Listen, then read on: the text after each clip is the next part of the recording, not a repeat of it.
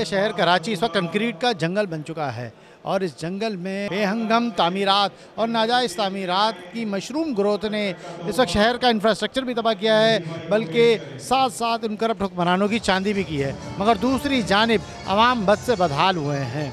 हम जानते हैं कि बड़े प्लाजे हों या कराची की रहायशी सोसाइटीज़ में होने वाली करप्शन, ये सब इसका एक अहम हिस्सा है। हम मौजूद हैं इस वक्त कराची की एक कदीम और वसी सोसाइटी कोयटा टाउन की एक ऐसी तकरीब में जो वहाँ मुंतखब होने वाली एक नई बॉडी के एजाज़ में मुनक़िद की गई है। इस वक्त यहाँ मौजूद हैं 51 साल बाद होने वाले इलेक्शन में मुंतखब होने वाले सदर और उनकी टीम। आइए देखते हैं कि ये लोग क्या कह रहे हैं और क्या बात कर रहे हैं।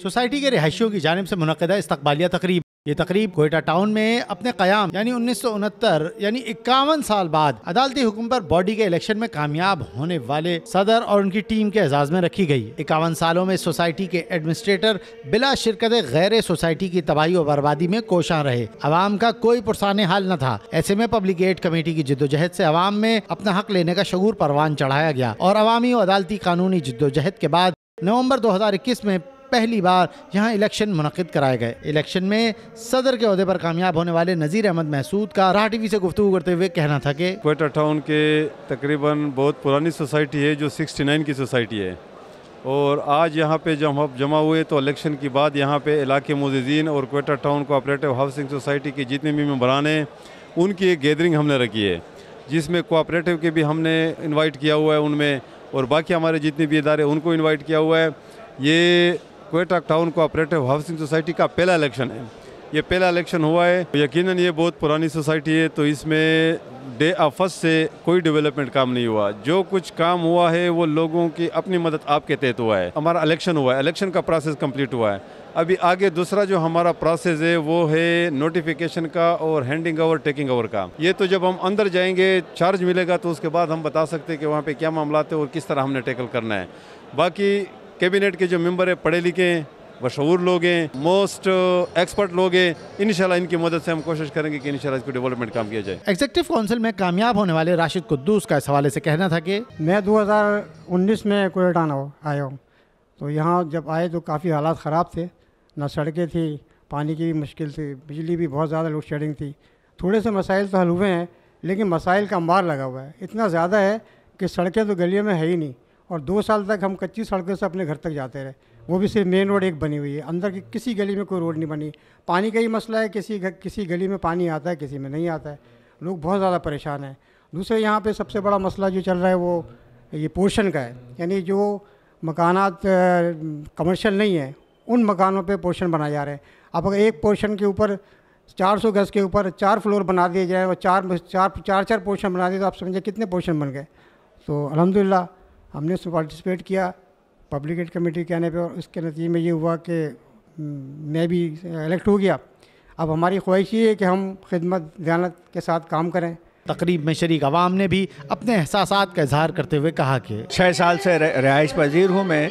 जिस वक्त यहाँ बहुत ही बुरे हालत थे, यहाँ एडमिनिस्ट्रेटर कई साल से अपने तख्त पे बैठे हुए थे और बहुत बुरा हाल था सड़कों का और बड़े सारे मसले मसाइल थे।